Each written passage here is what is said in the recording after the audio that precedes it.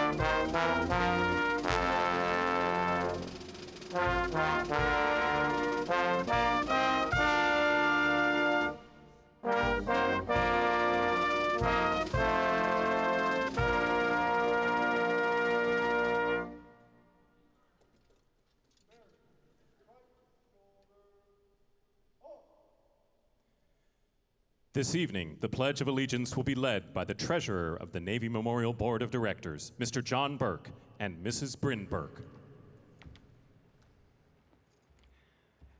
Please join us in reciting our country's pledge. I pledge allegiance to the flag of the United States of America and to the republic for which it stands, one nation, under God, indivisible, with liberty and justice for all. Guard, right shoulder, off. Retire the colors.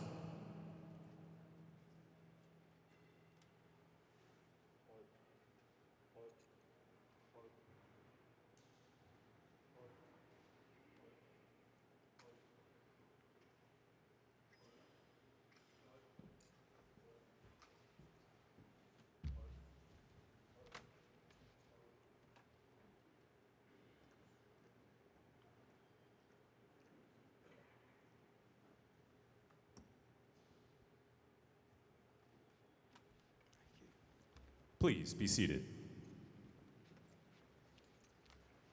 The United States Navy Band will now perform a medley of our sea service songs.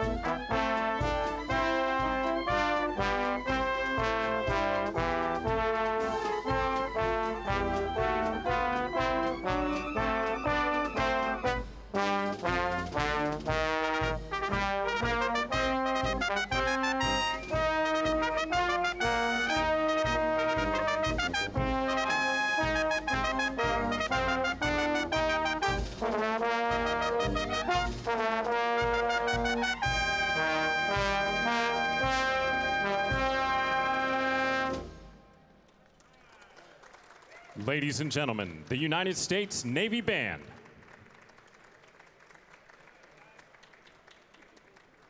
Would you please stand for tonight's invocation, which will be offered by the Chief of Navy Chaplains, Rear Admiral Gregory Neal Todd.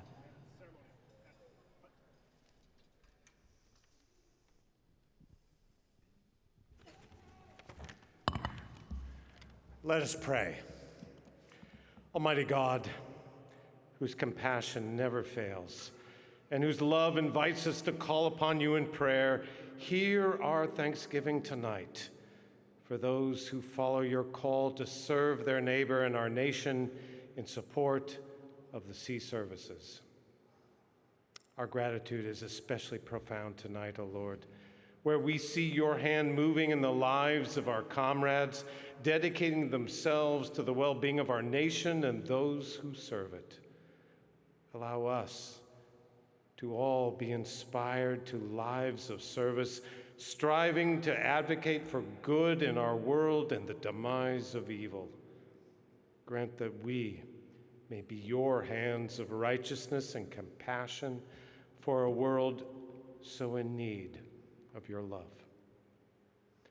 O Lord, we pray for our leaders, that you may grant them wisdom and insight for the significant challenges ahead for our nation. Watch over those of our ranks who are underway, standing the watch or in harm's way, that they may rest in your protection and have a joyful reunion with the loved ones. Grant their families strength in their separation and patience in the face of challenges. Lord, we lastly pray that our camaraderie tonight may be blessed with your presence and our devotion to serve energized by your strength. Amen. Please be seated and enjoy your first course while we direct your attention to the video screens.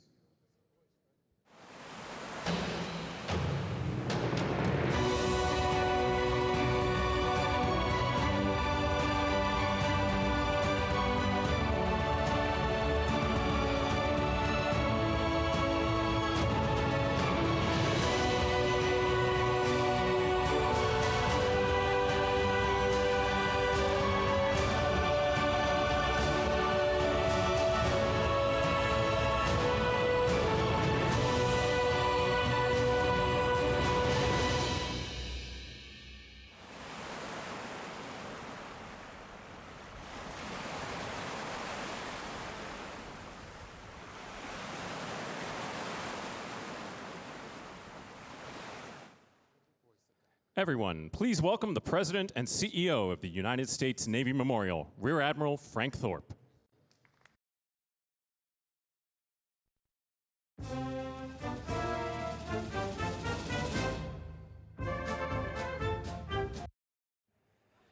Good evening. Welcome to the 2023 Lone Sailor Awards Dinner. It is great to see you all here. I have to say, what a great way to start. So, true confession, the Navy Band is right out there, and what a great way to start to have the Navy Band. Thank you very much to the Navy Band for the morale and the motivation you give us. And I have to tell you, listening to Chaplain Todd, Chaplain, thank you. Thank you for those inspirational words, perfect for this evening. That was meaningful. Thank you very, very much. You know, the Lone Sailor Award Dinner has never failed to awaken these feelings of patriotism and service.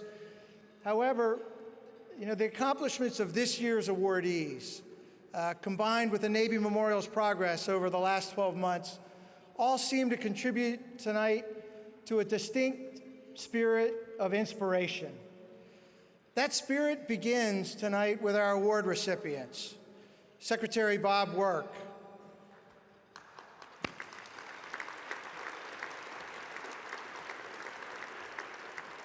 Senator Susan Collins, and Master Chief Bill Goins.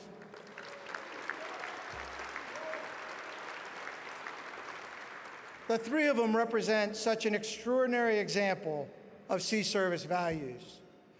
We're also inspired by the many past and current leaders here with us this evening. Senator Jack Reed is on his way. We just literally got a call from him that he's about 5 or 10 minutes out. So I'm going to tell you a little secret. When he gets here, we're going to kind of comment on where he went to college. Deputy Secretary of Defense Kathleen Hicks is here this evening. Our Vice Chief of Naval Operations, Admiral Lisa Franchetti, is here tonight.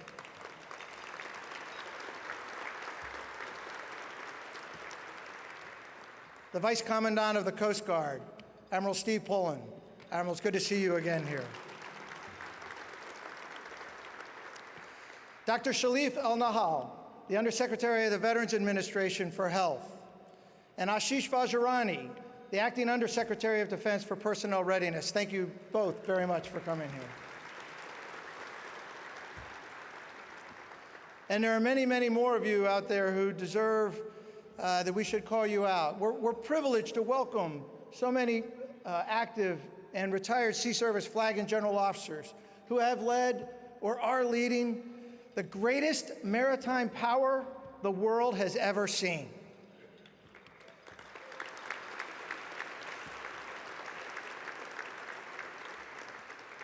We're honored tonight to be joined by the Master Chief Petty Officer of the Navy, Jim Honey, and Master Chief Petty Officer of the Coast Guard, Heath Jones.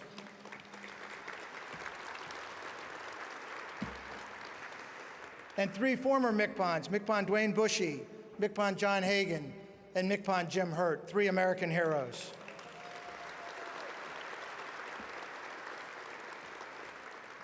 And there are three additional groups that I'd like to honor this evening. First of all, I would like to welcome Senior Pastor Minister Kim of the Republic of Korea and his guests. Welcome to the Navy Memorial. Korea was instrumental in the creation of the Navy Memorial 40 years ago.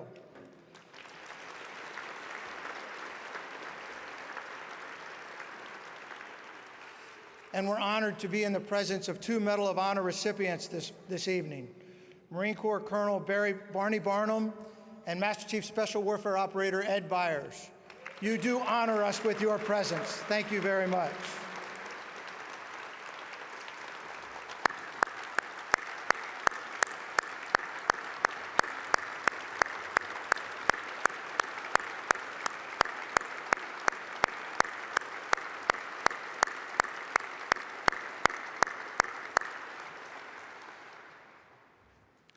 And speaking of SEALs, in addition to Master Chief Byers, we're joined by more than 20 SEALs, including Vice Admiral and former Undersecretary of Defense, Joe Kernan, who are here this evening in an awesome show of support and a show of appreciation for the inspirational leadership of Master Chief Bill Goins. Could I ask the SEALs that are here to please stand up?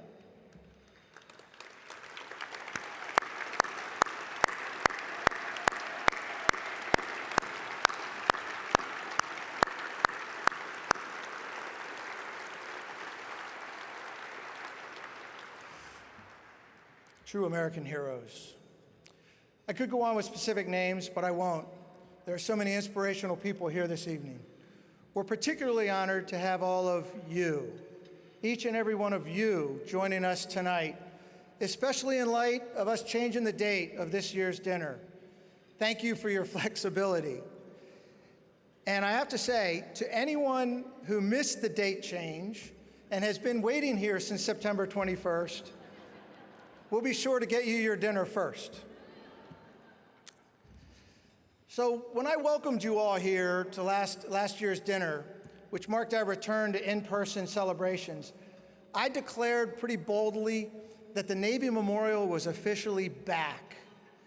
Well, 12 months later, after casting off those pandemic mooring lines, like a lot of us were proud to do, I'm proud to report that the Navy Memorial is not only back, but we are better than ever. Thank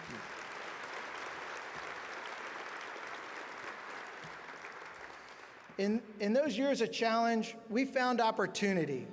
And because our friends and supporters never left our side, particularly those of you in this room tonight, we are carrying out our mission with even greater strength and greater resilience. Your commitment, your unwavering dedication to those 4 verbs in our mission statement, to honor, to recognize, to celebrate, and to inform, are why we came into this night so inspired. You empowered us. You empowered us to not simply recover, but to reinvent and to re-energize how we pay tribute to the men and women of the Sea Services and how we tell their stories to our nation. Every one of those stories matters because each of them represent a part of our history. That is why we are so proud this year to have surpassed 750,000 personal profiles in our Navy log. By far the largest free, publicly available collection of Sea Service personnel in the nation. Together, those accounts of service create a lasting legacy of honor, and they preserve the contributions of veterans for generations to come. At the Navy Memorial, we approach our entire mission with that mindset, just like you all do. We remember Sea Service history, not only to honor those who came before us, but to inspire those who will follow in their wake. This year, we hosted, with the support of the Kropelnicki family, the 2nd annual high school internship program, a group of high school kids who literally give you that confidence that our country will be in good hands. And in partnership with the National Park Service, this year we are bringing back the Junior Sailor Program. These programs provide a collection of educational and engaging activities about the Sea Services, designed specifically for younger audiences. And among us tonight, you may have seen are many Sea Cadets. And they're at our events, many of our events. They're promising young patriots who stand at the threshold of their own legacies of service. The Sea Cadets, led by Admiral Andy Lennon, they are so wonderful. They just provide an example for all of us to know that we are going to be in good hands. Yeah. There they are.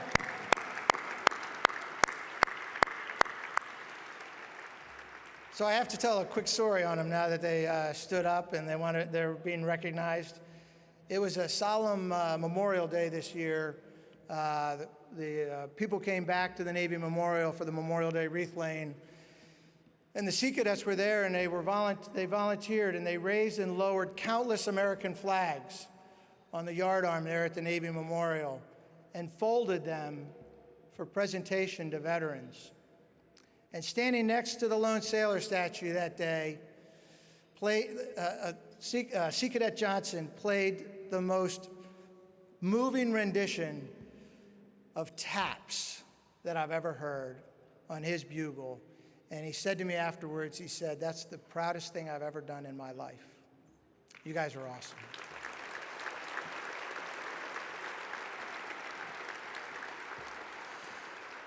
Very inspiring.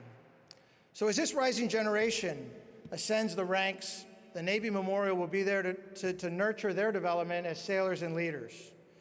The National Chiefs Mess is moving forward aggressively, telling the story and connecting this most unique group of people in any service or any business in the world, the Navy Chief. We are currently preparing new exhibits in the National Chiefs Mess, and we'll launch the online portal to foster connections among all active and retired Navy Chiefs in 2024. We like to say that the next pillar of our National Chiefs Mess will be where the Navy log meets LinkedIn, meets the Navy's Chiefs Mess, and watch out. The Chiefs Portal is our latest example of the tech innovations we are bringing to the Navy Memorial. While our in-person Fantail Breakfast Series and Bridgewing Chat Series continue to bring in our Navy leaders, we've also expanded our virtual SITREP Speaker Series, designed to connect naval leaders to Americans across the country. The series has evolved to be more impactful, more thought-provoking, and far-reaching than we ever anticipated. It's also part of the rich virtual content that is drawing people to our digital spaces from around the world. In 2022, more than 130,000 naval enthusiasts near and far visited our website to see our videos. Our videos are viewed by tens of thousands of times every month in our growing national audience. And we're also bringing this digital transformation to the in-person memorial experience. In 2024, we'll complete a major technology overhaul to the Arlie and Roberta Burke Theater, converting it from a theater to a state-of-the-art live broadcast facility that will enable our military ceremonies and corporate events to live stream online around the world so that aunts and uncles who can't come to the ceremonies can participate and actually engage and actually feel like they're there. And everybody is thrilled about the upcoming debut of our new ship handling simulator. The sea services, you know, as everyone in here knows, are always fighting the away game. So Americans don't forget a firsthand appreciation for the expertise it takes to be out there at sea and to drive a ship. This simulator is going to change that in a big way. We are very excited about this new addition that will show people what really a bridge looks like on a ship and give them an opportunity to operate it. And I have to say, I'm a little worried. The company installing the simulator briefed us that the video and electronics are so good and so real that while the floor doesn't move, the simulation is so real, they warned me that we'll need to make sure your visitors don't get seasick. We'll do our best. We'll do our best. So the experience will be so true to life. We anticipate active duty surface warriors, the junior officers that are stationed here in DC, to be able to come use it and practice the craft of ship handling. Innovations like this that pull visitors into the sea service experience and leave them with a lasting memory are why we continue to grow with each success. Today, we're approaching 30,000 members. We've seen a 50% increase in visitors this year. And this year, we're on pace to host more than 300 events at the Navy Memorial. And when you think about January and February being quiet months, there's a lot of days where we have more than one event. Every day, our team at the Navy Memorial recognizes and appreciates that these innovations, these experiences, and our very existence are made possible by the generosity of our donors. Thank you very, very much.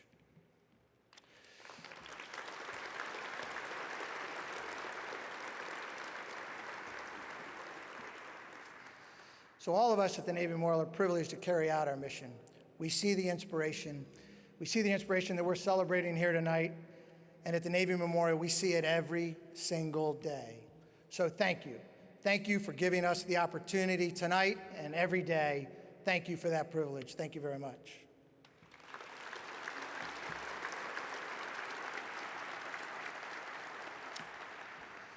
So it is now time to honor our awardees.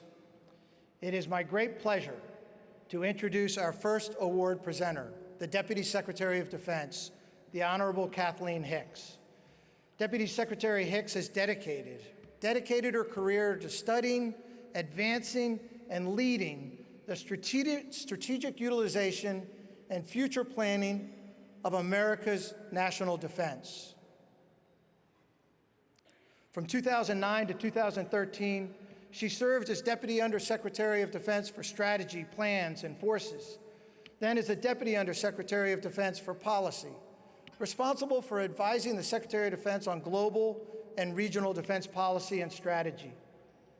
Most recently, Deputy Secretary Hicks held the position of Senior Vice President, Henry A. Kissinger Chair, and Director of the International Security Program at the Center for Strategic and International Studies.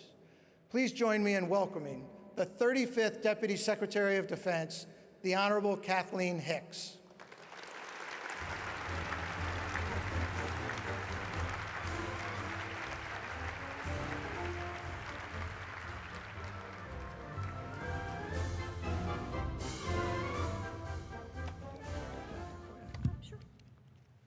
All right, good evening, everyone. Thank you to Admiral Thorpe. I'm so grateful to be able to join you in person this evening, and that's really thanks to the actions of Congress over the weekend to avert a shutdown of the federal government.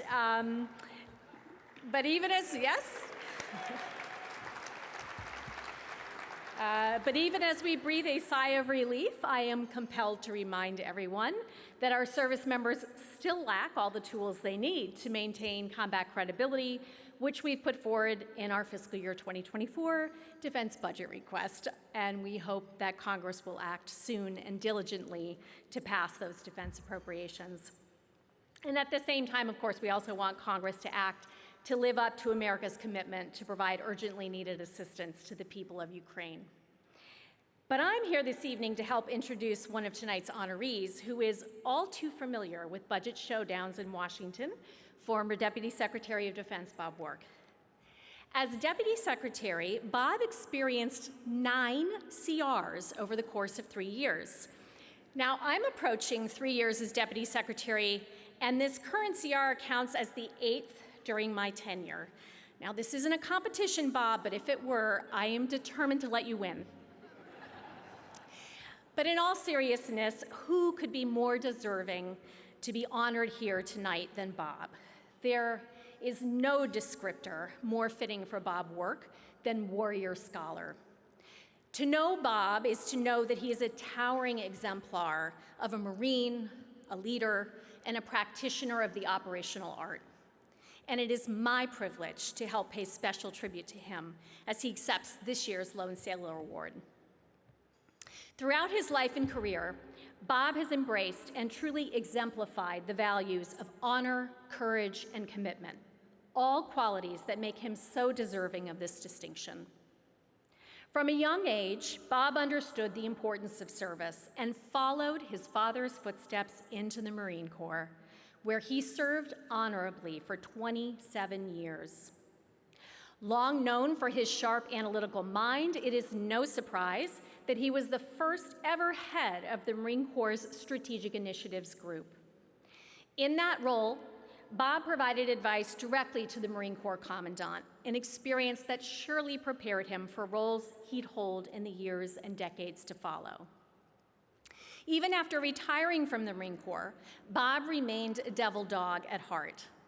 This was true for him as Undersecretary of the Navy and then as the Deputy Secretary of Defense. During those 2 tenures, Bob was deeply focused on defense strategy, especially maritime strategy, operational concepts, and innovation. Now, courage takes many forms, and I can tell you firsthand, as someone who now serves as Deputy Secretary of Defense, few things take more courage than building and defending the U.S. defense budget. The Defense Department is stacked with experts who understand the stakes for our nation, and they're fierce advocates for the military. Defending the nation is everyone's North Star, and it takes real mettle to make the tough calls that ensure that our resources meet demand, that our nation's security needs are fulfilled. And Bob is all mettle. He dares to challenge conventional wisdom, and he's not afraid to poke holes in long-held assumptions.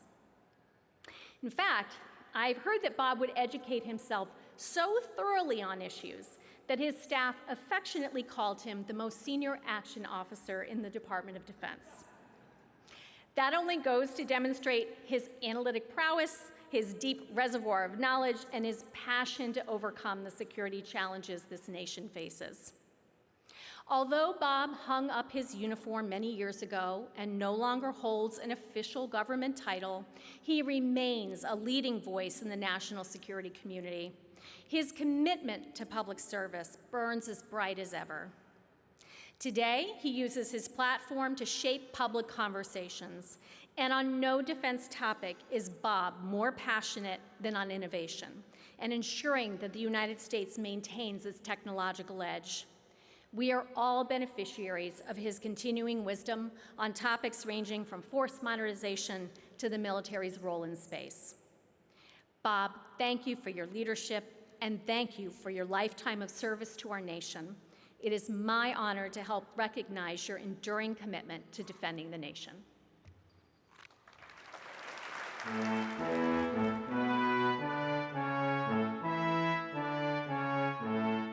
Robert O. Work, or Bob, was born on January 17, 1953 in Charlotte, North Carolina. He was raised with his older sister and younger brother in a Department of the Navy family, learning at an early age the importance of serving our nation. His father was a Marine Corps officer for 33 years, and his mother was a Navy nurse. Throughout his childhood, he lived on or near bases and attended DoD schools both stateside and overseas. While attending high school at the naval base at Rota, Spain, he was selected for the Naval Reserve Officers Training Corps. He attended the University of Illinois and graduated in 1974 with a BS degree in biology. A few months later, he was commissioned as a second lieutenant in the Marine Corps and began his inspirational career with lifelong dedication to serving our country as a leader both in and out of uniform. As an artilleryman, Bob climbed his way up the chain of command with his wife, Cassandra, an Army nurse, at his side. He commanded an artillery battery, a battalion, and the Marine Corps training base in Camp Fuji, Japan. As a senior officer, his prowess in strategic thinking led to critical assignments to include the first head of the Marine Corps Strategic Initiatives Group, which advised the Commandant of the Marine Corps, and military assistant and senior aide to Secretary of the Navy. In this role, he learned the ins and outs of the sea services and how the Navy and Marine Corps were both stronger when they worked together. During his military career, he earned 3 master's degrees. One in system management from the University of Southern California, another in space systems operations from the Naval Postgraduate School, and then international public policy from Johns Hopkins School of Advanced International Studies. He retired at the rank of colonel in 2001 after 27 years of service. Over his Marine Corps career, he was awarded the Legion of Merit, Defense Meritorious Service Medal, Meritorious Service Medal, and the Marine Corps Achievement Medal. As a civilian, Bob continued to serve in national defense using his broad military experience while serving as the primary naval analyst at the Center for Strategic and Budgetary Assessments. In this position, he wrote analytical papers on various topics, including the size of the Navy, naval affairs, and the future of naval warfare. His writings were in the forefront of national security thinking and were published as monographs and in numerous defense periodicals. He frequently testified before Congress and was an adjunct professor at George Washington University. His accomplishments and reputation led to his selection for President Obama's Department of Defense Transition Team in 2008 as leader of the Department of the Navy Issues Team. After that, he became the Undersecretary of the Navy, where he served for 4 years as the second most senior leader in the Department of the Navy. He then joined the Center for a New American Security, serving as Chief Executive Officer. In 2014, he returned to the Pentagon as the Deputy Secretary of Defense. In 3 years, he worked for 3 secretaries, starting with Chuck Hagel, then Ash Carter, and Jim Mattis. For his outstanding civilian service, Bob was awarded DoD's Distinguished Public Service Award 2 times. Bob is now president and owner of Teamwork LLC, where he specializes in analyzing the future of war and advising the Department of Defense and Department of the Navy. At the forefront of national security thinking, he is sought after by numerous organizations, from think tanks to corporations, where he serves and has served in numerous advisory roles and on boards of directors, including Govini and RTX Technologies, formerly Raytheon Corporation. His leadership in developing the third offset strategy set him apart from other leaders as a revolutionary national security expert.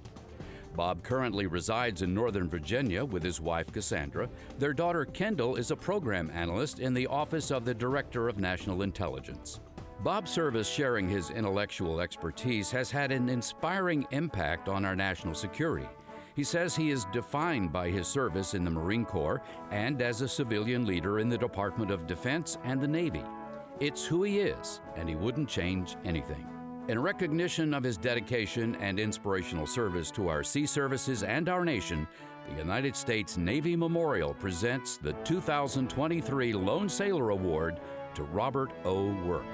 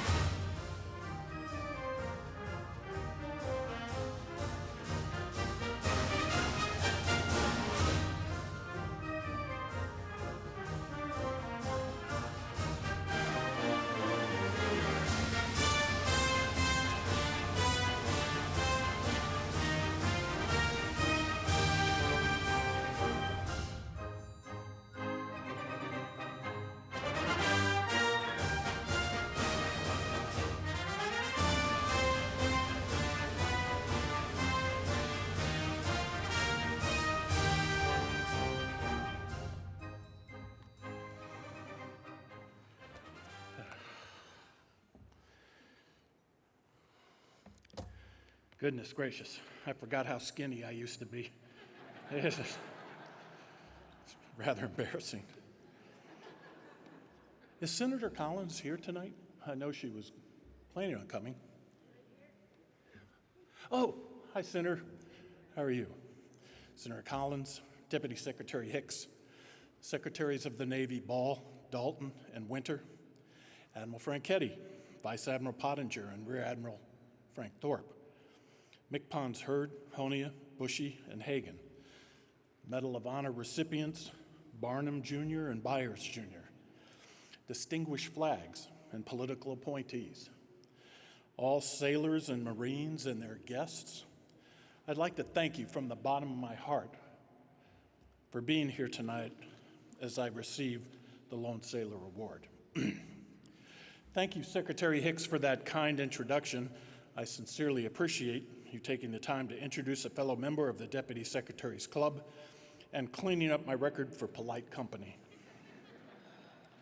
And thank you, Vice Admiral Pottinger and Rear Admiral Thorpe, and the entire Navy Memorial Board of Directors for honoring me with this prestigious award. It truly is a singular honor, in my view. It isn't often you join a list of previous awardees that include among them 5 presidents: James Michener, Herman Wouk, Yogi Berra, Lloyd Bridges. It is totally cool. And I'd like to congratulate my fellow award recipients. Senator Collins, you have always been a shining example of bipartisanship and principled governance in Congress. We just wish there were more, many more like you.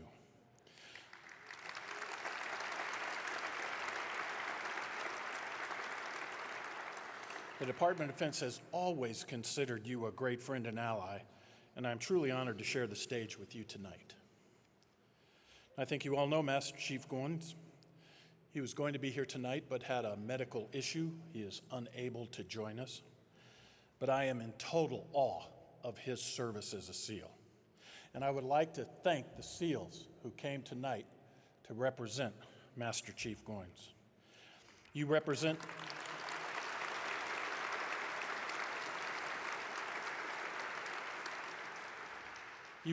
the very best of the men and women who wear the nation's cloth. And although he might not be here, I'm still blessed to be his shipmate. Now, I was literally born into the Department of the Navy. My dad enlisted in the Marines in October 1942, and my mom followed as a U.S. Navy nurse 1 month later. Dad spent the entire war in the Pacific and fought on Saipan. Meanwhile, my mom served at Mare Island in California and then Pearl Harbor. In June 1945, my dad was selected for the platoon leaders course, which had greatly expanded in anticipation of the invasion of Japan, and he was commissioned a second lieutenant in October 1945. Now, luckily, the invasion of Japan was never needed, and his first assignment after basic school was Marine Barracks, Naval Air Station, Trinidad, West Indies. Meanwhile, the Navy Nurse Corps was being drastically reduced from its wartime high, and my mom was discharged honorably in May of 1946. But 1 year later, at the request of her World War II commanding officer, she re-enlisted in the Navy Nurse Corps. In December 1947, she was assigned temporary dispensary duty in Trinidad. I think you know where this is headed. She met my dad, they started dating, and after a while, they started talking about marriage. But in June 48, Mom was evacuated to Jacksonville, Florida due to severe allergies from the jungle. Now, my dad was very, very mission-oriented. He got orders to Camp Lejeune in July 1948, and he decided to travel there via Jacksonville, Florida. He founded Justin of the Peace, opened on a Saturday in Folkston, Georgia, and Mom and Dad were married, creating the Work Family Department of the Navy.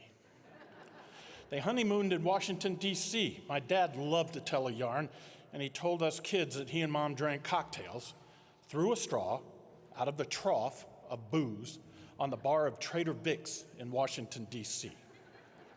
Now, my mom never confirmed nor denied this story, but she often said she loved Trader Vic's. So I was inducted into the Work Family Department of the Navy upon my birth in 1953, and from that point on, all I knew was the Marine Corps and the Navy. I grew up on and off bases in CONUS and overseas. I went to schools and hospitals on both base and off. I watched Mom take care of the family when my dad went to war in Korea and then in Vietnam twice and was out on deployment. We moved to Peoria, Illinois while my dad was on recruiting duty, to Dallas, Texas while my dad was at Okinawa, and to Camp Lejeune, and then to Arlington, Virginia, where my dad was at Headquarters Marine Corps. Both my mom and dad loved the Marine Corps and the life and instilled that in me. The biggest holiday of the year in the work household was the Marine Corps birthday.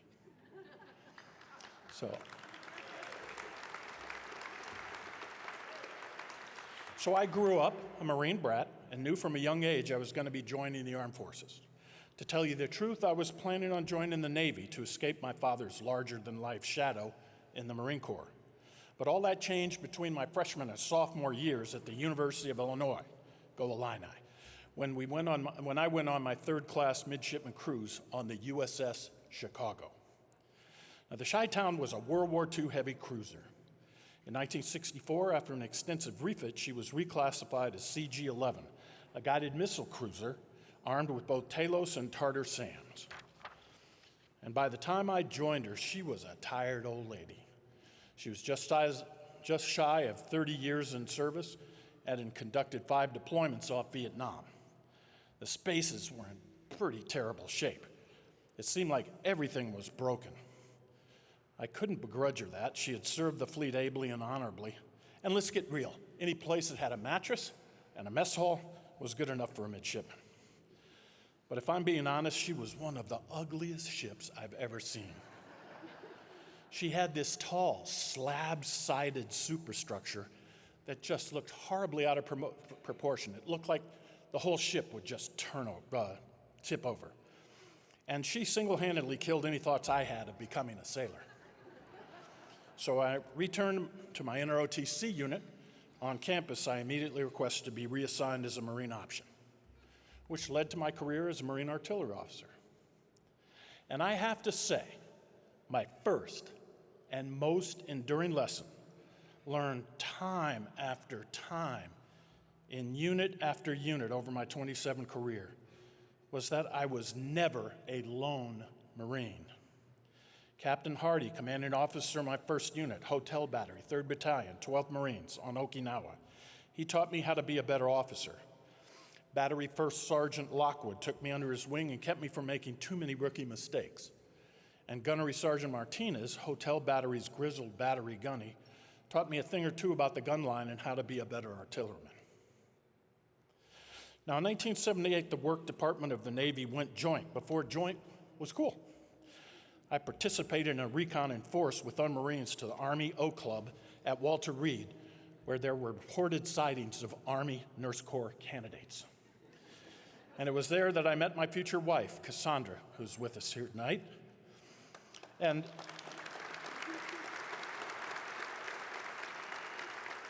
this was the biggest scam of all time. In the program she was in, they were commissioned first lieutenants.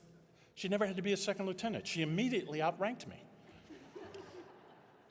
My dad never let me forget that, and neither did Cassandra. Then in 1990, we went interagency. My daughter Kendall arrived. I tried my best to get her to serve in uniform, but she was having none of it. She decided instead to join the intelligence community, and she works there now as a program analyst in the Office of the Director of National Intelligence. And let me tell you, there is nothing worse than asking your only daughter what she was working on and being told, I had no need to know.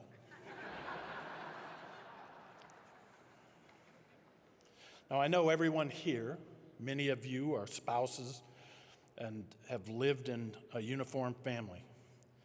It's just a difficult job. The sacrifices are extraordinary. And any success I had in and out of uniform were due in large part to these two wonderful women. Now, anyway, my career continued, and everywhere I went, in every unit I served, the Marines helped me be a better Marine, a better officer, and a better man. I was mentored by old war dogs like Lieutenant General Ernie Cheatham, Brigadier General O.K. Steele, and Colonel Dick Esau, who all cut their teeth in way. And I was inspired by commandants like Barrow, Kelly, Gray, Mundy, Krulak, and Jones. Then as I became a political appointee, I worked alongside senior military and government civilians who were all quick to offer advice, encouragement, and an occasional kick in the pants when I needed it.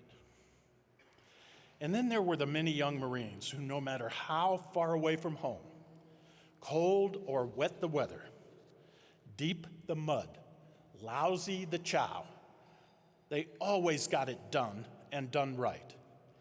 I was never alone in 27 years. They always had my back. Now, this reminds me of a story. I have a story for each of the services that try to show the remarkable talent and makeup of our young men and women who serve in our armed forces. There was a Marine Rifle Squad in Afghanistan. Squad's about 9 to 15 Marines, led by a sergeant. Sergeant, probably enlisted when he was 17 or 18, took 4, maybe 5 years to be sergeant, so he couldn't be much more than 22 or 23. And all of the young Marines in the squad were younger than he. They were out on a patrol, and they came up over a hill, and down below them was a road intersection. There was a donkey cart and 4 Afghan nationals, and they were doing something suspicious. It looked as though they were digging in an IED, an improvised explosive device.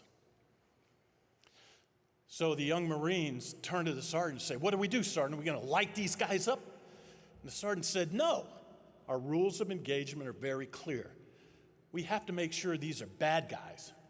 We can't kill accidentally an innocent Afghan civilian or member of the Afghan security forces." They said, "Well, what are we going to do, Sergeant?" He said, "We're going to go down this hill. I want you all, lock and load. We're going to go down. Be ready, but do not fire unless they fire at us." So down the hill they go. The Afghan nationals see the Marines coming, and they run away. They get down to the donkey cart, look in the back, and sure enough, there's explosive devices. And now the Marines in the squad are disconsolate. "We let these guys go, Sergeant. What are we going to do?" And he said, "We're going to unhook that donkey." So they unhooked the donkey, and it started meandering down the road. "Now what, Sergeant?" "We're going to follow that donkey." They followed the donkey. It went to a nearby village, and it stopped right in front of a hut. The sergeant stacked the squad up. They went inside. There were 4 Afghan nationals. They tested them for explosive residue.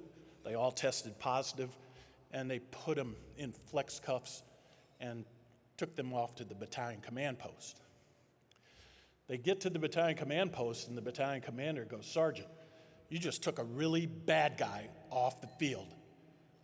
What were you thinking? How did you do this?" And he goes, "Well, sir, I grew up on a farm, and I'm a sergeant in the Marine Corps. I have followed jackasses my whole life."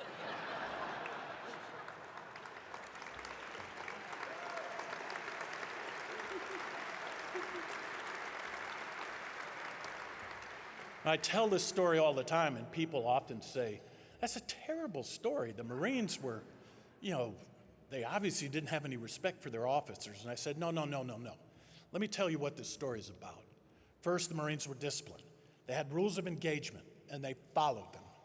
They did not kill any innocent Afghans. Second, they're disciplined, and they're mission-oriented. They want to get the job done. And in this case, they did. And they are endlessly innovative. I mean, it's unbelievable. They just blow your socks off every day. They come up with stuff you would never even dream of. They're just phenomenal young men and women. So let me tell you, yes, we have hypersonic missiles. Yes, we go to space. Yes, we have B-21 Raiders. We have all sorts of high-speed, low-drag gear. But the secret weapon of the U.S. military is its men and women. They are unbelievable.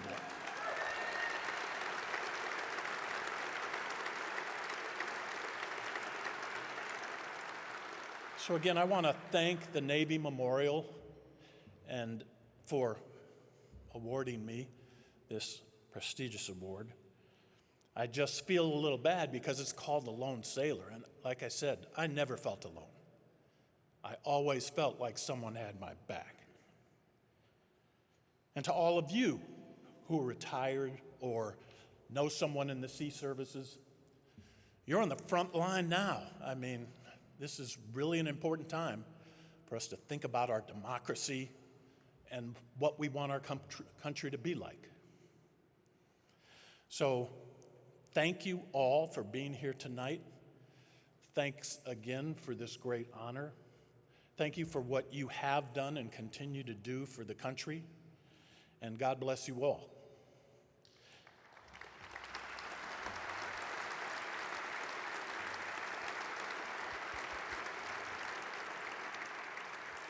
And I have just one more thing to say. Go Navy, beat Army.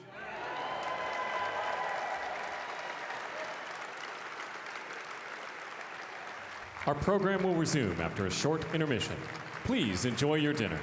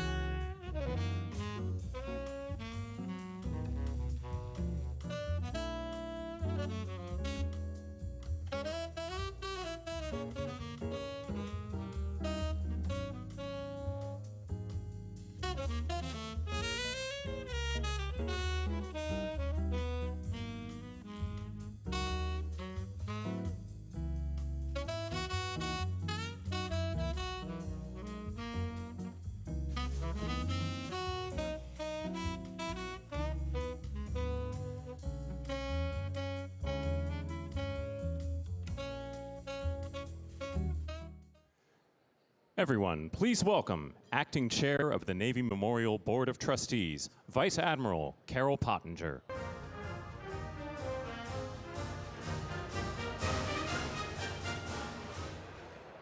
Good evening, everyone.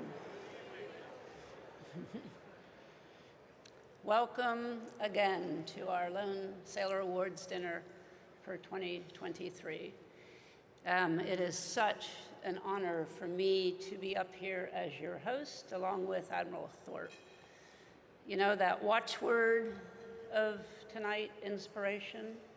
You all inspire me. You have no idea how moving it has been to listen to the stories so far, to see all of the names of the honorees scroll across the screen. I have a chance in my couple minutes up here to recognize many of you here tonight, but all of you inspire me, and I'm so grateful for your support in coming tonight and your support of our Navy Memorial. You know, over the past 4 decades, this event has really become a homecoming for so many of us in the sea services, right alongside the rest here tonight, who are our backbone of support: industry, government, friends and associates, and family, always family. This dinner is a pitch-perfect reflection of how the Navy Memorial is a living memorial. Yes, your chest swells with pride at the sight of the memorial's enduring features: the granite sea of the plaza, the masts of the signal flags, that lone sailor standing watch, though we might have to rename it, Secretary of Work, and call it the not-so-alone sailor, I don't know. Which, by the way, there are 18 of those lone sailor statues now, not just around the country, but around the world. The latest one was placed on Utah Beach in Normandy, and it is really a remarkable sight, and I hope many of you someday will get to see it. But you know where we really get emotional involving the U.S. Navy Memorial is when we attend a Master Chief commemorating a promotion in our soon-to-be National Chiefs Mess that Admiral Thorpe talked about. It's when we watch a child dance to the Navy band concert, or we watch Mikpan Hania and his wife dance to the Navy band concert, which I distinctly recall from earlier this year. Or when the color guard comes out on the plaza and that same child just freezes and their eyes grow wide with awe and they say, I hope to themselves, I want to be a United States sailor someday. It's when the most junior officers get to interact with our Navy leadership on substantive issues like our Bridgewing chats and our fantail breakfasts. Those events are when the Navy Memorial comes alive. Those moments are what set this memorial apart. And there are so many people to thank for creating the memorial as we know it today, though none deserve more credit than our board's outgoing chairman, Admiral John Harvey. Admiral Harvey is stepping down.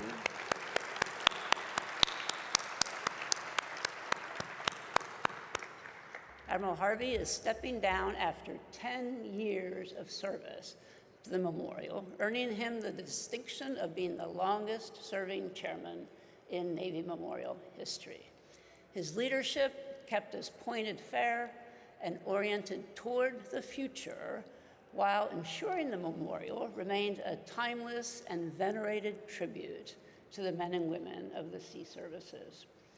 As you read in your program and heard earlier from Admiral Thorpe, and as I already mentioned in my opening remarks, the watchword of tonight is inspiration.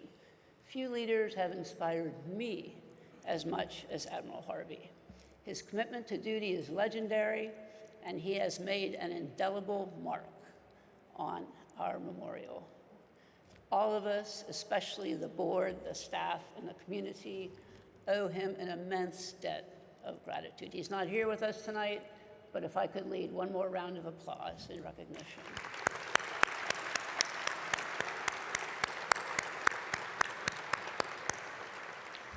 I also have the great pleasure of recognizing our entire board of directors tonight. Their outstanding judgment, their skilled governance, and their bold vision continue to assure our future as we enter a period of historic growth. As one of those board members recently wrote in an email, and I know this will resonate with everyone here, we all decide where to devote our time these days. And a clear motivation for me at the Navy Memorial is the people around the board table. May I ask our board to rise in recognition, please?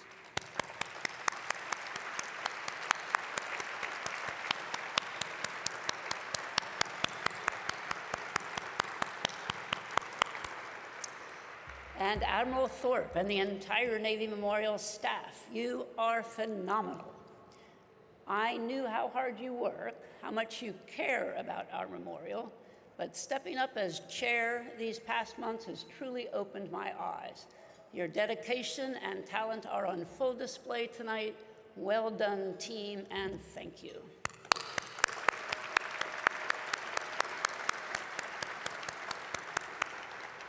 Of course, our mission is only possible with the outpouring of support from all of our donors.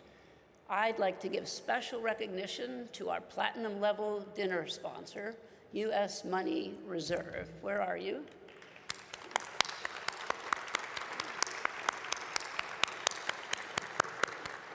Our gold level sponsor, General Dynamics. And our several silver sponsors, I'll read all of them and then we can recognize them, please. California Water Service Group, Lockheed Martin, Navy Mutual, Northrop Grumman, USAA, and Dr. Jennifer London. Thank you, all of you.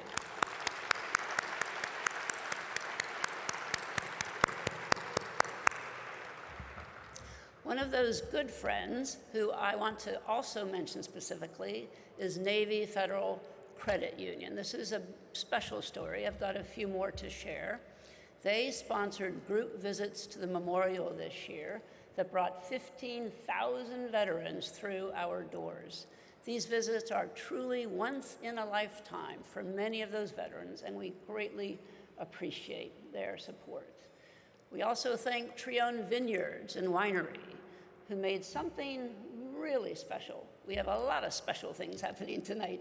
What they did, Vic Trione is a member of our board, and they sponsored a table for Gold Star family members. To those family members with us, we recognize we have no greater mission than to keep alive the memories of your loved ones.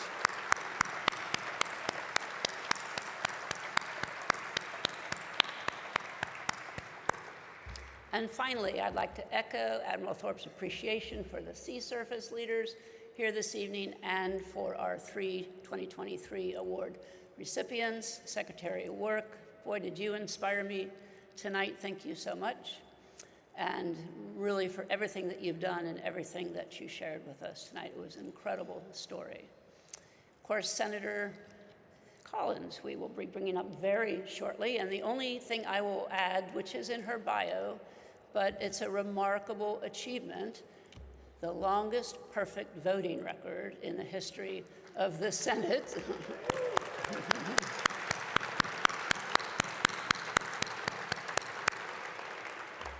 And Master Chief Goins, who we heard earlier, unfortunately is not with us tonight. He suffered a stroke a few weeks ago, and true to his lifelong spirit of grit and determination, he is fighting back.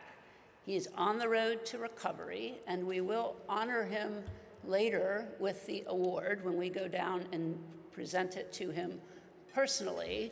But we have a very special way to honor him tonight, and I'm not going to give up the secret, but I promise you, you will be on the edge of your seats. So hang on for that very moving, inspirational event to come.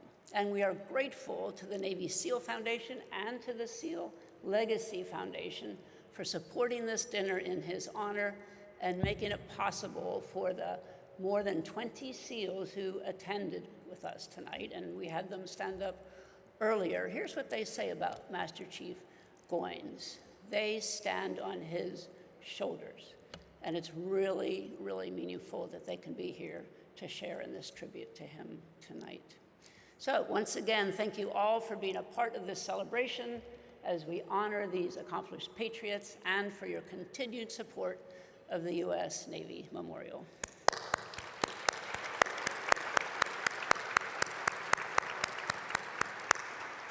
It is now my great pleasure to introduce our next speaker, the Vice Chief of Naval Operations, Admiral Lisa Franchetti.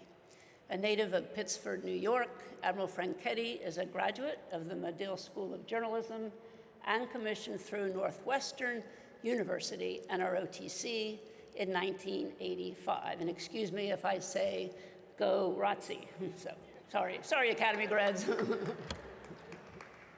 She earned her Surface Warfare Officer qualification on the USS Shenandoah and went on to command at all levels: Naval Reserve Center, Central Point, Oregon, USS Ross, Destroyer Squadron 21, U.S. Naval Forces Korea, and she was very excited to learn that we plan to put a lone sailor statue in Korea.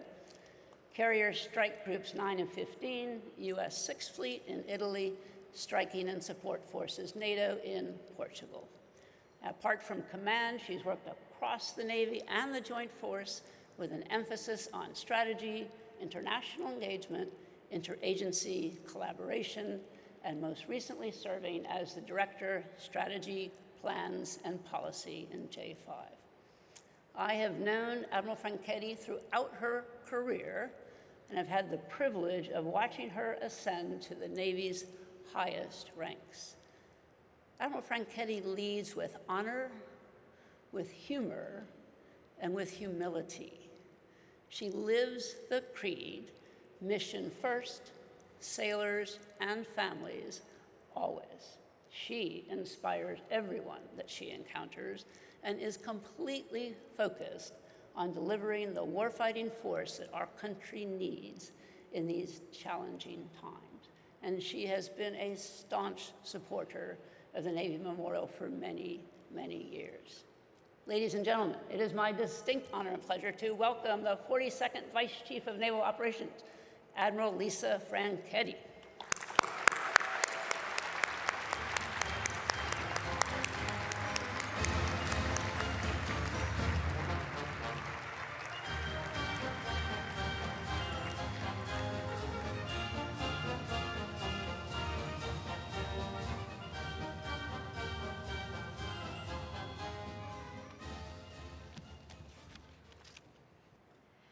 Well, good evening, ladies and gentlemen, and thank you so much, Admiral Pottinger, for your kind introduction and also for your mentorship and your leadership over so many years, which we continue to see here in your relationship with the Navy Memorial. It is truly a privilege to be here with this distinguished group of leaders, and a special thanks to Admiral Thorpe and the Navy Memorial for hosting this event. As you've heard already tonight, the Navy Memorial and Museum is an amazing institution, celebrating its 36 years of service to our nation. Its inspiring exhibits share over 750,000 stories of our Navy and its heroic sailors, and it's definitely worth an afternoon to come and visit if you haven't had a chance to do so yet. And I'd also say, listening to Admiral Thorpe and all of the new things that they're going to be doing in the Chief's Mess makes it even that more exciting for me. For the past 28 years, the Lone Sailor Award has been given to Americans who have distinguished themselves through their support to our nation's sea services, and whose lives exemplify our Navy core values of honor, courage, and commitment. No one is more deserving of this award than Senator Susan Collins. From a young age, Senator Collins developed a strong sense of patriotism and a commitment to improving the lives of her fellow Americans. Throughout her career, she has exemplified unwavering dedication and leadership, lending her sharp analytical skills and keen insights to our maritime mission for over 27 years in the Senate. From her innovative direction on the Defense Appropriations Subcommittee to her distinguished tenure on the Intelligence Committee and the Health, Education, Labor, and Pensions Committee, she has strengthened our Navy, our military, and our nation. Senator Collins has focused on strategic military issues, a strong surface combatant force, the quality of service for our sailors, civilians, and their families, and world-class naval shipbuilding from the state of Maine. She and her colleagues in Congress recognize that investments in today's Navy are a down payment on America's future security. From providing humanitarian assistance and disaster response to protecting U.S. vital interests and deterring aggression, the United States Navy and our U.S. Navy Marine Corps team is deployed around the world, around the clock, on ships and submarines, in fighter jets and patrol aircraft, in all domains, from the seabed to space. Our Navy operates at the point of friendship with our allies and partners, and at the point of friction with our competitors. But it's only with the Congress's support that we can continue to provide and maintain the Navy the nation's needs. To quote Senator Collins, these are challenging times at home and around the world. We'll have to work together and with our international partners if we're going to achieve progress and peace now and for future generations. So on behalf of all who serve today, I thank Senator Collins for her support to our Navy and to our joint force. And I'm privileged to be part of awarding you the Lone Sailor Award this evening. I now invite everyone to please turn your attention to the screens for a closer look at the service of Senator Collins.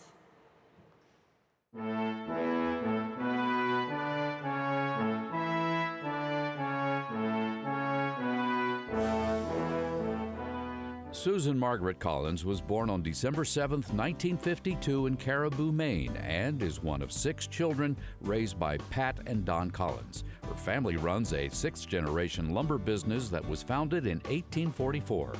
In her youth, Susan learned the meaning of hard work, as well as the importance of public service and commitment to the community.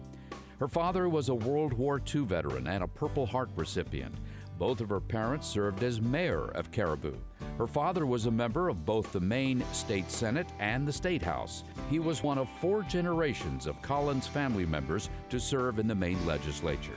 Motivated by her father, she pursued an inspiring career in public service with a lifelong interest and commitment to national security. Susan graduated from Caribou High School in 1971 and attended St. Lawrence University. She was a member of Phi Beta Kappa and graduated in 1975. She then joined the staff of Congressman Bill Cohen and remained on his staff after his election to the Senate, where she later served as staff director of the Oversight Government Management Subcommittee. In 1987, she was appointed by Maine's governor as Commissioner of the Department of Professional and Financial Regulation. As a result of her inspiring work and dedication, President Bush appointed her as the New England Regional Director for the Small Business Administration in 1992. As a champion of small businesses, she became the founding executive director of the Center for Family Business at Husson College. Susan's outstanding public service and commitment to her home state led to her election to the United States Senate in 1996 as Bill Cohen left the office to become Secretary of Defense. Since then, she has been re-elected 4 times, setting a record as the first Republican woman to win a 5th term and the first popularly elected senator from Maine to be selected for a 5th term. She is the 8th most senior member of the Senate and the most senior Republican woman. She has repeatedly been ranked as the most bipartisan senator by the Lugar Center and Georgetown University. Her collaboration with both parties has led to critical legislative accomplishments with issues supporting health care, small business development, job creation, education, transportation, senior citizens, and national defense. She serves as Vice Chair of the Senate Committee on Appropriations, where she also serves as ranking member of the Defense Subcommittee. She is a member of the Committee on Health, Education, Labor, and Pensions, and also serves on the Senate Intelligence Committee. Known for her impeccable work ethic, she has cast over 8,500 consecutive votes, holding the longest perfect voting record in Senate history. For this, she was recognized by the National Journal as the senator with perfect attendance. Susan is a champion for the sea services and national defense. Her dedication and influence helped secure funding in 2023 to build 3 new Arleigh Burke-class destroyers. She co-authored a defense funding bill this year that includes the largest Navy shipbuilding budget in history. Beyond shipbuilding, she is dedicated to supporting the men and women of all the military services. This includes equipment acquisitions, pay raises for service members, and advocating for military veterans by protecting access to rural health care and expediting services for disabled veterans. For her support of the military, she received the Congressional Award from the Veterans of Foreign Wars for her significant legislative contributions on behalf of military veterans. She also received the Navy Distinguished Public Service Award from the Secretary of the Navy for her tireless advocacy of shipbuilding programs. Among her many awards and honors, Elle Magazine named her as one of the 10 most powerful women in D.C. She received the Academy of Achievement's Golden Plate Award, the Publius Award from the Center for the Study of the Presidency and Congress, and the Spirit of Enterprise Award by the U.S. Chamber of Commerce. She has received 8 honorary degrees from prestigious colleges and universities and has delivered 4 commencement addresses. Susan resides in Bangor, Maine with her husband, Thomas Daffron. Her commitment to ensure the U.S. Navy has the capability it needs for our nation's defense has directly resulted in a significantly stronger Navy. In recognition of her dedication and inspirational service to our sea services and our nation, the United States Navy Memorial presents the 2023 Naval Heritage Award to Senator Susan Margaret Collins.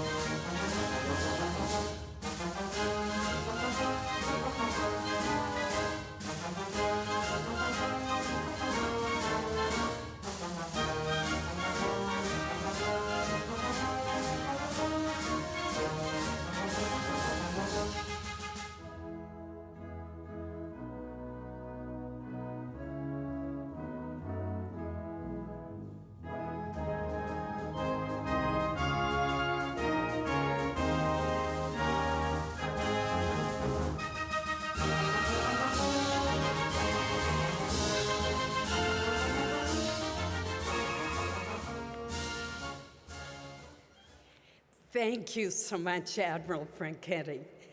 The theme of this celebration is inspiration, a word that perfectly describes your outstanding service to our nation. I look forward to supporting your well-deserved nomination to be our next Chief of Naval Operations.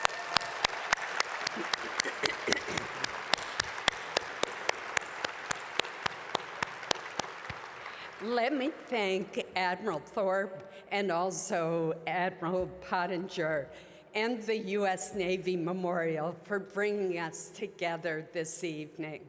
I also want to thank my dear friend and colleague, Senator Jack Reed, the chairman of the Senate Armed Services Committee.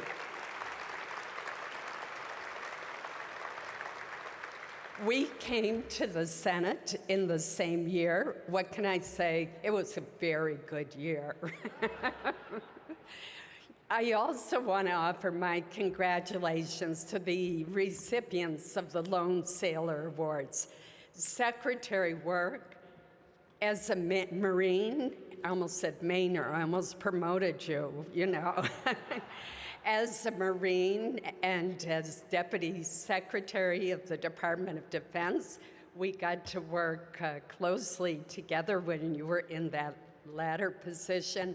You have truly exemplified the core values of our sea services: honor, courage, and commitment.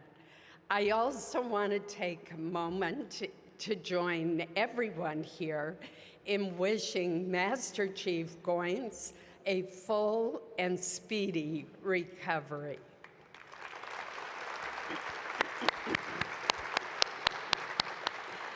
The large contingent of Navy SEALs with us tonight demonstrates the respect and affection they have for their remarkable brother-in-arms.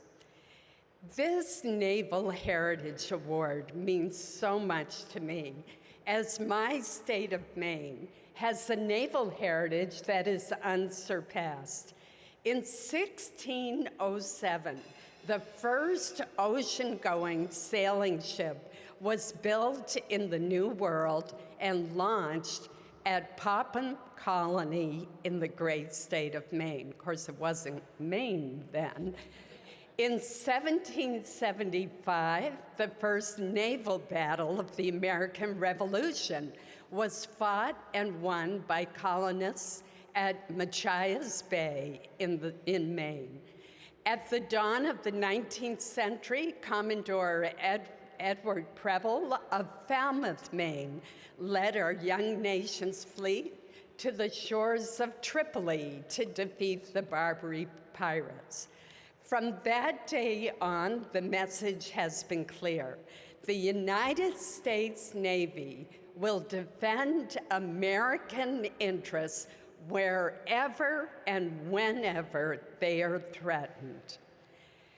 There are other great institutions in Maine that show our maritime heritage. The Portsmouth Naval Shipyard in Kittery, Maine was established in 1800 during the administration of President John Adams and is the Navy's oldest continuously operating shipyard. And of course, my beloved Bath Iron Works continues to build on its extraordinary legacy of constructing the best destroyers for the United States Navy. As you can tell, I am very proud of my state's maritime history and contributions to the U.S. Navy. I so appreciate the wonderful video that accompanied this award presentation. The thread that runs through my own life of service is the inspiration that I have drawn from the service of others. It begins, of course, with my parents. As was mentioned, my father was a World War II combat veteran who fought and was wounded twice in the Battle of the Bulge. He was only 19. He earned 2 Purple Hearts and a Bronze Star. It was my father who taught me to honor those who serve today as well as our veterans. How well I remember his taking me to the Memorial Day parade in our hometown of Caribou, Maine, where he would hoist me high on his shoulders so that I could see our veterans march by. That made an indelible impression on me. Both of my parents served at different times as mayor of Caribou. My father, like his father and his grandfather, served in the state senate. And my mother was the first woman to chair the University of Maine System Board of Trustees.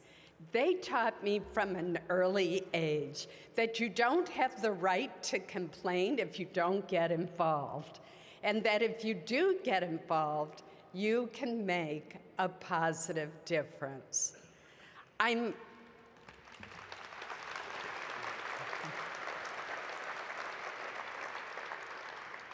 also inspired daily by the people of Maine, who are known for their tremendous work ethic.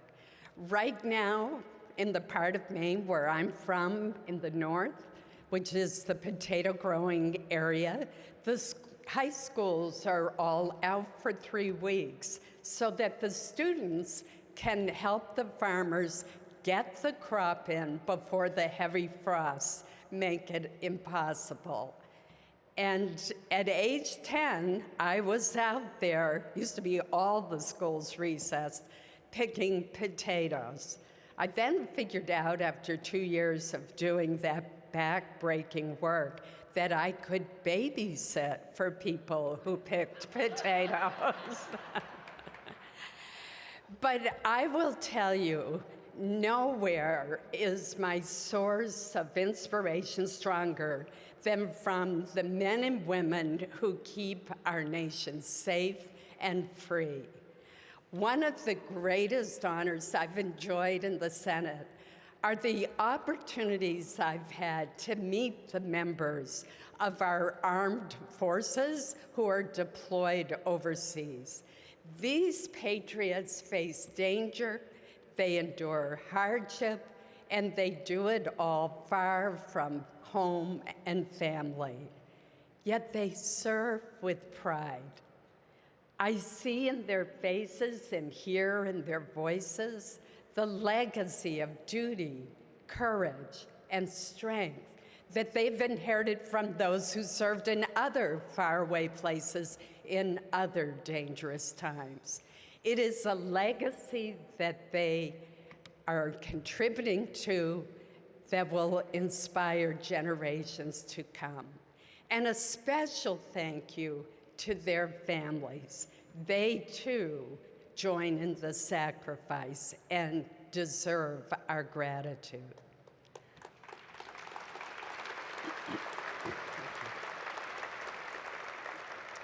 Now, as you can imagine, over the years, I've had the honor of participating in many ship christenings at Bath Iron Works. The namesakes of these ships remind us of the brave Americans who have served in our military throughout our history, and the legacy of courage, devotion to duty, and sacrifice they have created. And 2 of them are here with us tonight, but I have to signal out Barney Barnum, because just a little time ago, I was at the christening of his ship at Bath Iron Works, and tomorrow it goes into the water, bearing his name.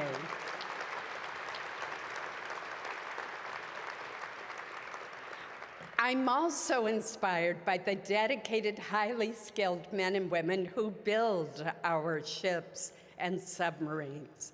from old Ironsides to the ironclads, from Liberty ships to the Arleigh Burke and future DDG-X destroyers, from Sales to Adams, America's shipyards have truly been the arsenal of democracy.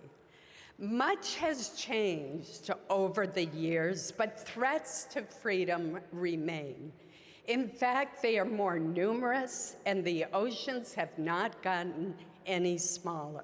If we are to protect our freedom and extend the blessings of freedom to others, it begins at sea.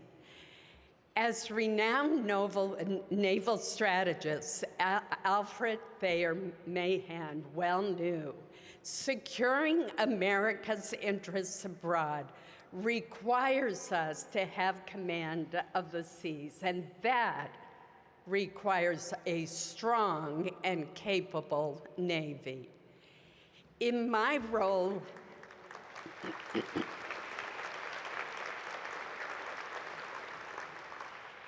I am privileged to share the fact that I do serve as Vice Chair of the Appropriations Committee, as well as the ranking Republican on the Defense Subcommittee. In those roles, I'm committed to ensuring that our Navy has the resources it needs to carry out its vital mission and to build the fleet our nation and our sailors require.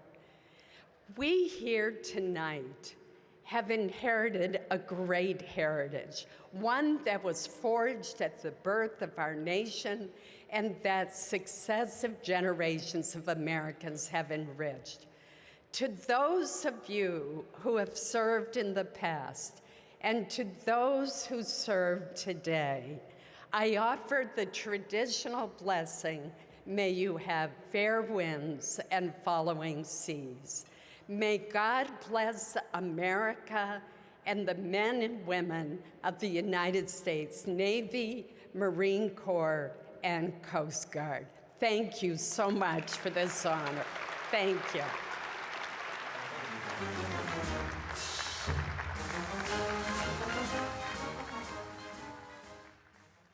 Good evening. I'm extremely proud to be part of the final award presentation of the night, though it does come with mixed emotions since Master Chief Goins could not be joining us. While Master Chief Goins is not present to receive the award, as Admiral Pottinger said, we will visit Master Chief Goins in Virginia Beach to present his award in person later this month, along with a video of the evening. We are grateful and fortunate that more than 20 SEALs came to join us to honor Master Chief Goins this evening. That says so much about Master Chief Goins, as well as the character of today's SEALs. We have asked them to come to the stage after the tribute video as a show of our respect and admiration for the Master Chief. Now, to officially begin our recognition of Master Chief Goins, it is my pleasure to introduce his award presenter, MCPON Jim Honey. MCPON Honey is the son of a retired Air Force major and began his own military career when he enlisted in the U.S. Navy in 1987. Rookie. He quickly distinguished himself as a great sailor and rose through the ranks. In 2009, he was selected to the Command Master Chief program and served as such aboard the USS Gridley, DDG-101, and the USS New Orleans, LPD-18. His shore assignments have included serving as the Command Master Chief of Naval Support Activity South Potomac, as well as tours as Command Master Chief of U.S. Naval Forces Korea, U.S. Naval Forces Central Command, and U.S. Fifth Fleet. He served tours as Fleet Master Chief of U.S. Pacific Fleet and as Command and Senior Enlisted Advisor of U.S. Indo-Pacific Command. Our Navy and our nation could not be better served than by our current MCPON. Ladies and gentlemen, please welcome my friend and colleague, the 16th Master Chief Petty Officer of the Navy, Jim Honey.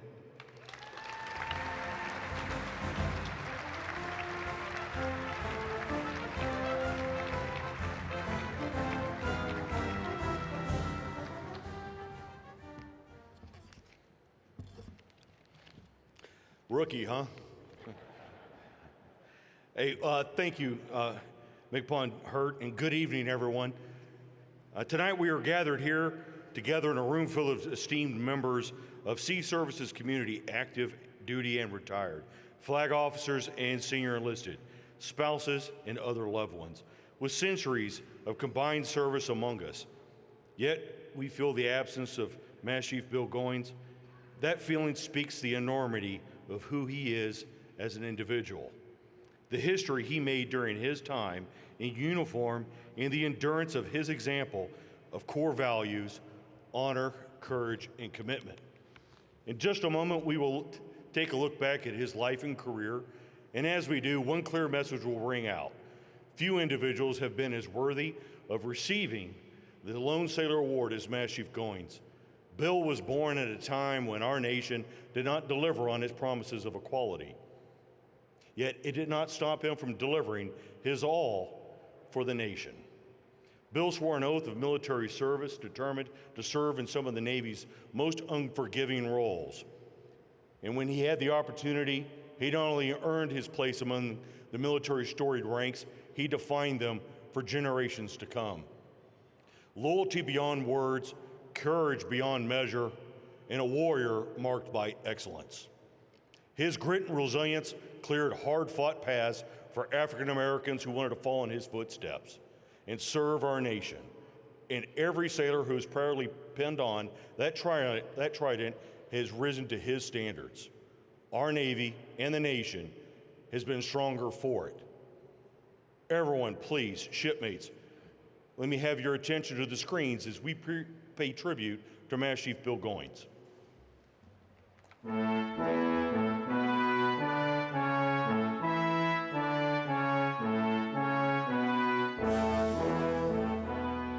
William Goins, or Bill, was born in 1936 in Dayton, Ohio. As a child, his family moved to Lockland, a suburb of Cincinnati, where he was raised with two siblings. His mother was a homemaker, and his father worked in the auto industry for Oldsmobile. Due to harsh discrimination, his father often had to change jobs and held a second job at a local billiards hall. Bill loved the water. Since black children were not allowed at the local public pool, he taught himself to swim in a nearby creek and river. While attending the all-black Lockland Wayne High School, he determined that he would join the Navy after watching the movie The Frogmen, which is about an underwater demolition team in World War II. After graduating high school in 1955, Bill enlisted in the Navy, starting an inspirational life of service, trailblazing a path for Navy SEALs and minorities. Initially, he was sent to Malta for an assignment before starting underwater demolition training nearly a year later. He was one of only 13 sailors who completed the arduous 3-week training course that began with 96 trainees. In 1962, President Kennedy established the first two Navy Sea, Air, and Land, or SEAL, teams. Team 1 on the West Coast and Team 2 on the East.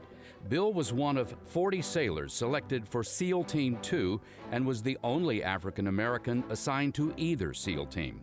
At the time, the mission of the SEALs was so secret that even the team members were not told what they were going to do until it was time to deploy. The first SEALs did not have specialized training. Instead, the emphasis was on combining all the best training from all branches of the military. Goins and others completed 43 different military schools, then used their new knowledge to create lesson plans for their fellow team members. His dedication to service contributed to the establishment of the Navy SEALs' unique training program. As the Cuban Missile Crisis began to escalate, Bill was among the SEALs selected as the first to go to Cuba. He was on a ship ready to go ashore when the invasion was called off. During the Vietnam War, Bill served 3 tours with SEAL units. Their mission was to conduct counter-guerrilla warfare and clandestine operations that were among the most perilous actions in Vietnam. He served 2 tours as part of 14-man SEAL platoons and another tour by himself leading a Vietnamese unit. Fluent in speaking both Spanish and French, he taught some of his Vietnamese interpreters Spanish for use in radio communications. He was planning to deploy on a 4th tour in Vietnam, but was reassigned to support operations in a Spanish-speaking country. In 1976, as a skilled parachutist, Bill joined the Shooting Stars Navy parachute demonstration team, which later became the Leapfrogs. During his 5 years in this assignment, he completed 640 free falls and 194 static line jumps. After 32 years of service, he retired from the Navy in 1987 as a Master Chief Petty Officer. He received awards for heroism in combat, which include the Bronze Star, Combat Action Ribbon, and the Presidential Unit Citation. In addition, he received the Navy Commendation Medal and the Meritorious Service Medal. After retirement, he continued his life of service as he became Chief of Police for the school system in Portsmouth, Virginia, where he served for 14 years before retiring. After that, he continued to support our Navy by recruiting for the SEALs, speaking publicly across the country to improve diversity and motivate more minorities to join the Navy and try out for SEALs. For his inspiring leadership and accomplishments, Bill has been honored in the National Museum of African American History and Culture with a SEAL Team 2 plaque. Bill married Marie Davis in 1965. They currently reside in Portsmouth, Virginia. Bill was the first African American Navy SEAL, and through his grit, determination, and love for his country, he cleared a path for others to follow. He says that his most meaningful career accomplishment was attending 43 military schools, then using the most meaningful knowledge from those schools to train other SEALs. In recognition of his dedication and inspirational service to our sea services and our nation, the United States Navy Memorial presents the 2023 Lone Sailor Award to Master Chief William Goines.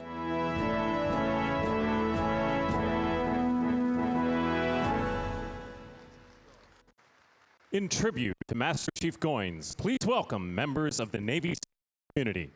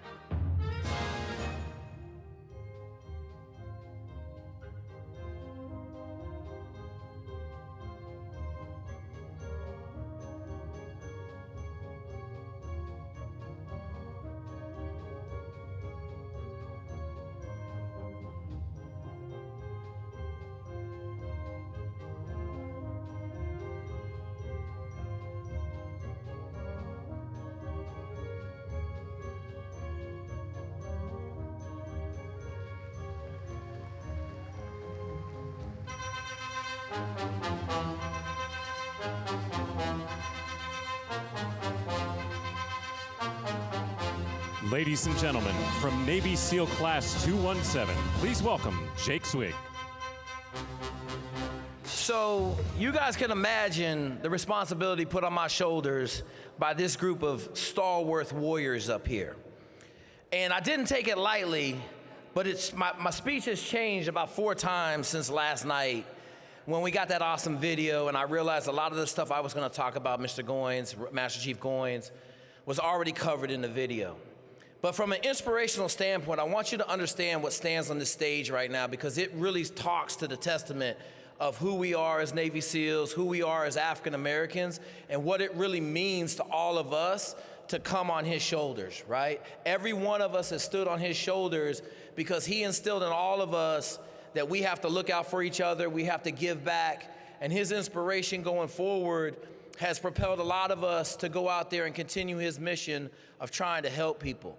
On this stage right here, we have the 3rd Black Navy SEAL, we got the 3rd Black Navy SEAL officer, we got the 5th Black Navy SEAL officer, we got the 6th Black Navy SEAL. Do the math, folks. They're standing right here. It's only been about 50 years. Okay, I want everybody to understand that because it resonates with us. The Air Force has the Tuskegee Airmen. We have these individuals right here in the United States Navy.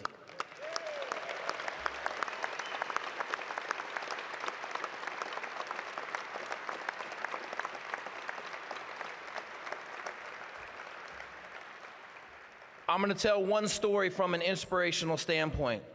A lot of times in our communities, we just have to see the picture to get the message. In this very city, Doug Williams won a Super Bowl championship a number of years ago for the Redskins. And now look at how many black quarterbacks we have in the NFL. Inspiration is a simple vision. And a lot of times from our communities, we don't have that vision. I give it to you here today, right here on this stage, 20 of America's finest African-American Navy SEALs and warriors and MCPON.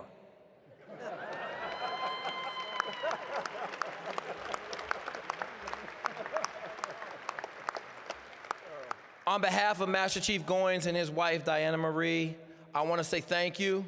On behalf of these guys that granted me the opportunity to speak, I want to say thank you. And to everybody that served and will serve, we all have to stand as inspirations. We have to do our part to enable the next generation to be absolutely phenomenal. And we always have to build champions for life. Thank y'all.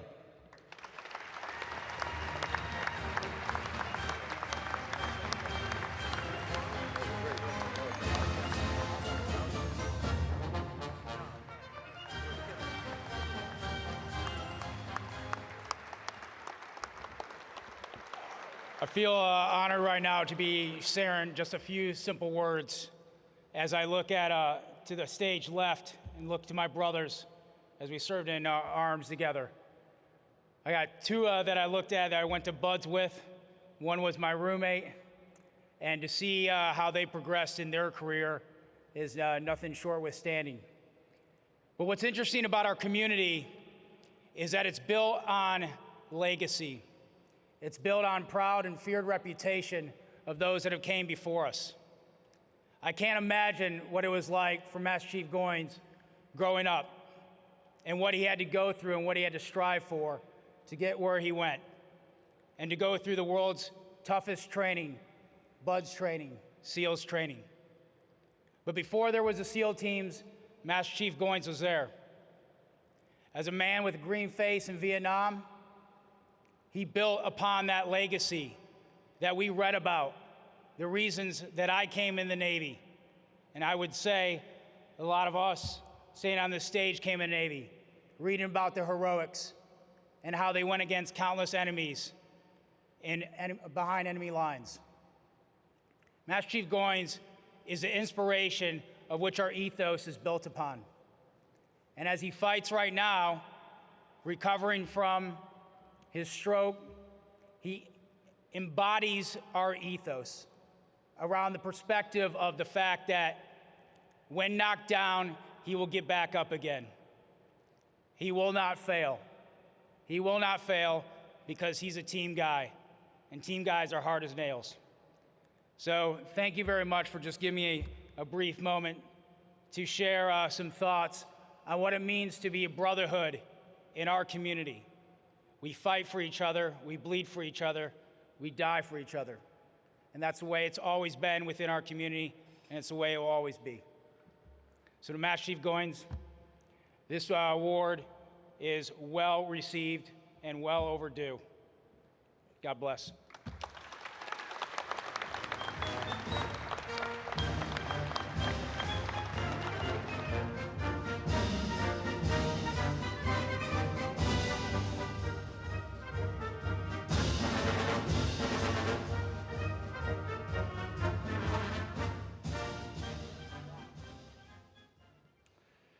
Thank you, thank you, thank you for an amazing group of American heroes for honoring Master Chief Goins with your presence. Thank you very much.